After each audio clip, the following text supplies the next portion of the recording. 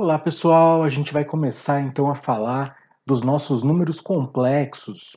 Nessa primeira parte, eu vou dividir aqui essa primeira parte em 3 aulas. Eu vou apresentar para você o número i. E para falar do número i, eu tenho uma ideia aqui que é resolver essa equação do segundo grau. Como que você resolveria essa equação do segundo grau? Bom, a primeira lógica aqui é a gente subtrair 1 em ambos os membros da igualdade. Então, x² igual a -1. Acho que todos nós faríamos isso. E se nós estivéssemos trabalhando no conjunto dos reais, nós não teríamos solução para essa equação, né? Quer dizer, não tem como extrair a raiz de -1. A raiz de -1 não é um número real. Ficaria mais ou menos raiz de -1, e aí sim nós colocaríamos essa resposta aqui no conjunto dos números reais. A solução é vazia. A solução para essa equação aqui é vazia no conjunto dos números reais. Então, a gente vai tentar continuar essa equação aqui. Eu tenho essa raiz de -1 aqui, então eu vou tentar chamar essa raiz de -1 de outra coisa. Eu vou apelidar essa raiz de -1 de i. Eu já vou explicar para você a ideia desse i aqui, e nós vamos continuar a solução, nós vamos continuar essa equação apelidando essa raiz de -1 de i. Então nós temos x igual a mais ou menos i. E aí sim nós vamos colocar a resposta dessa equação. Esse i é a unidade imaginária. E olha só como que vai ficar a solução dessa equação. A solução fica mais i e menos i.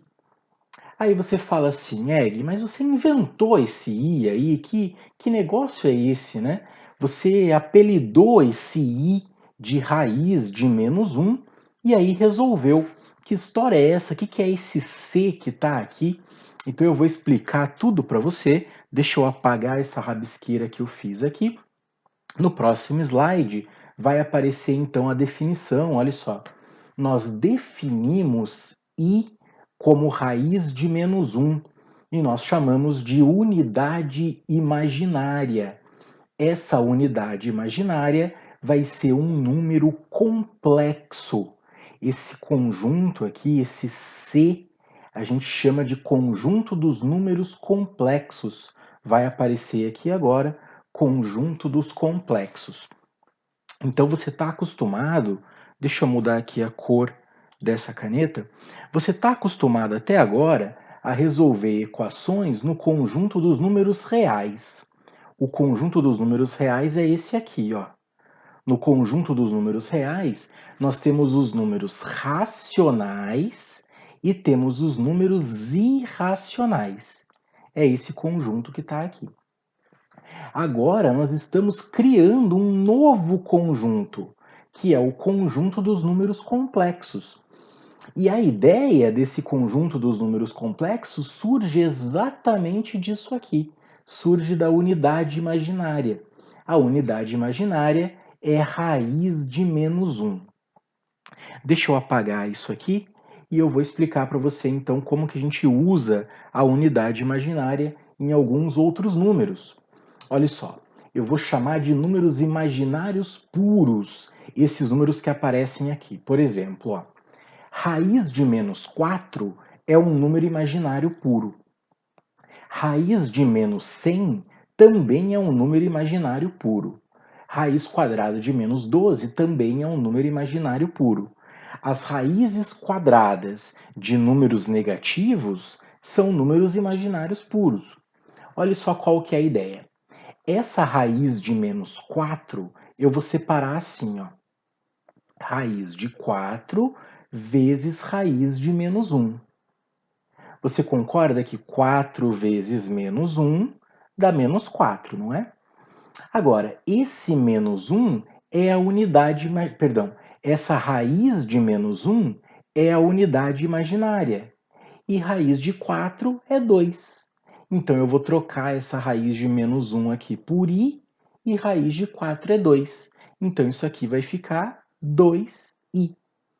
Raiz de menos 4, a partir de agora, a gente vai chamar de 2i. Raiz de menos 100. Raiz de menos 100 não é um número real. Raiz de menos 100 é um número imaginário puro. Olha só como é que eu represento. Eu vou separar dessa forma. Raiz de 100 vezes raiz de menos 1. No lugar da raiz de menos 1, eu coloco i, porque nós definimos isso aqui como a unidade imaginária. E raiz de 100 é exato, raiz de 100 é 10. Vai ficar 10i. Bom, e agora, Egg, 12 não tem raiz exata, como é que vai ficar? Bom, eu separo assim, ó, a gente fatora o 12 como nós estamos acostumados. O raiz de menos 1 eu separo, porque é a unidade imaginária, e o 12 eu separo como 4 vezes 3. Coloco cada um na sua raiz quadrada, não tem problema. A raiz de 4 é exata, a raiz de 3 não é exata, mas não tem problema, olha só como é que fica. 2 raiz de 3, e aí a gente coloca o i para representar o número imaginário puro. 2 raiz de 3i. E fica assim mesmo. Vá se acostumando com essas ideias aqui, com esses números. Ó. 2i, 10i, 2 raiz de 3i. Nas próximas aulas, a gente vai aprender a fazer conta com esses números imaginários puros aqui. Muito bem, vamos resolver uma outra equação. Olha só. X² mais 25 igual a zero. Me ajude a resolver essa equação aqui. Primeiro, eu vou subtrair 25 em ambos os membros, não é? Vai ficar, então, x² igual a menos 25. Ok. Bom, daí eu vou extrair a raiz quadrada. Mais ou menos, porque a gente está resolvendo uma equação do segundo grau, raiz quadrada de menos 25. Bom, se nós estivermos resolvendo uma equação no conjunto dos números reais, a solução é vazia, como a gente sempre resolveu a equação do segundo grau, não é? Agora, se no enunciado estiver escrito resolva essa equação no conjunto dos números complexos, daí eu posso fazer isso aqui, ó. Eu posso separar a raiz de menos 25 dessa forma. Raiz de 25 vezes raiz de menos 1. E aí, no lugar da raiz de menos 1, eu coloco a unidade imaginária. E aí sim eu consigo formar o conjunto solução. O conjunto solução fica 5i e menos 5i. Nós temos as duas soluções dessa equação aqui do segundo grau. As duas soluções no conjunto dos números complexos. Que fique bem claro, no conjunto dos números reais, a solução é vazia. Eu fiz um slide aqui resolvendo as equações nos dois conjuntos ao mesmo tempo, olha só. Eu tenho aqui no conjunto dos números reais e no conjunto dos números complexos. O que muda? Vamos resolver ao mesmo tempo. X² mais 9 igual a zero e x² mais 9 igual a zero. Bom, o que eu vou fazer? Eu vou subtrair 9 em ambos os membros. Ok, repare que isso não altera em nenhum dos dois casos, continua sendo a mesma coisa. Daí eu vou extrair a raiz quadrada. Mais ou menos, tem que pôr o mais ou menos pelo fato de ser uma equação do segundo grau, e extrai a raiz quadrada de menos 9. Bom, agora é que vai alterar. Raiz de menos 9 não existe no conjunto dos reais. Então, x não pertence aos reais.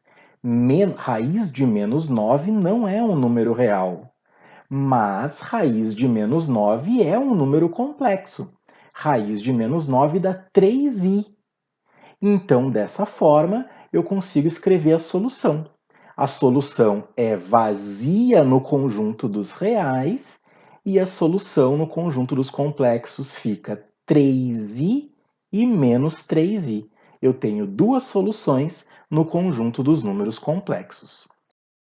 Muito bem, agora você pode perguntar o seguinte: Gui, mas você não resolveu nenhuma equação fazendo Bhaskara, usando a fórmula de Bhaskara. Por que você não fez isso ainda?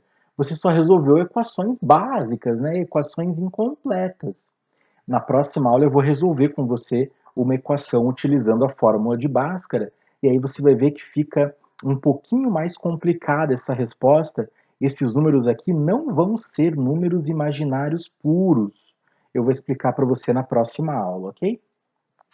Bom, eu quero mostrar para você nesse finalzinho da aula o plano de Argand de Gauss. O plano de Argand de Gauss serve para representar números imaginários puros e números complexos também. Eu vou explicar para você. Nós temos aqui o eixo real.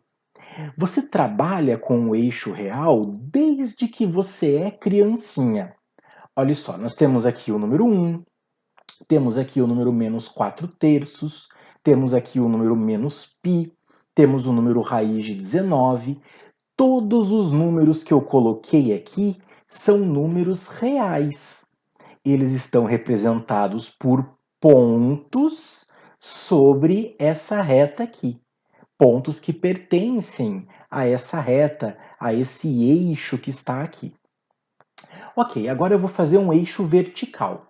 Nesse eixo vertical, nós vamos representar agora os números imaginários puros, os números que nós aprendemos agora. Aqui está o número i, por exemplo, eu vou colocar o número 3i aqui, por exemplo, eu vou colocar o número menos 2i aqui.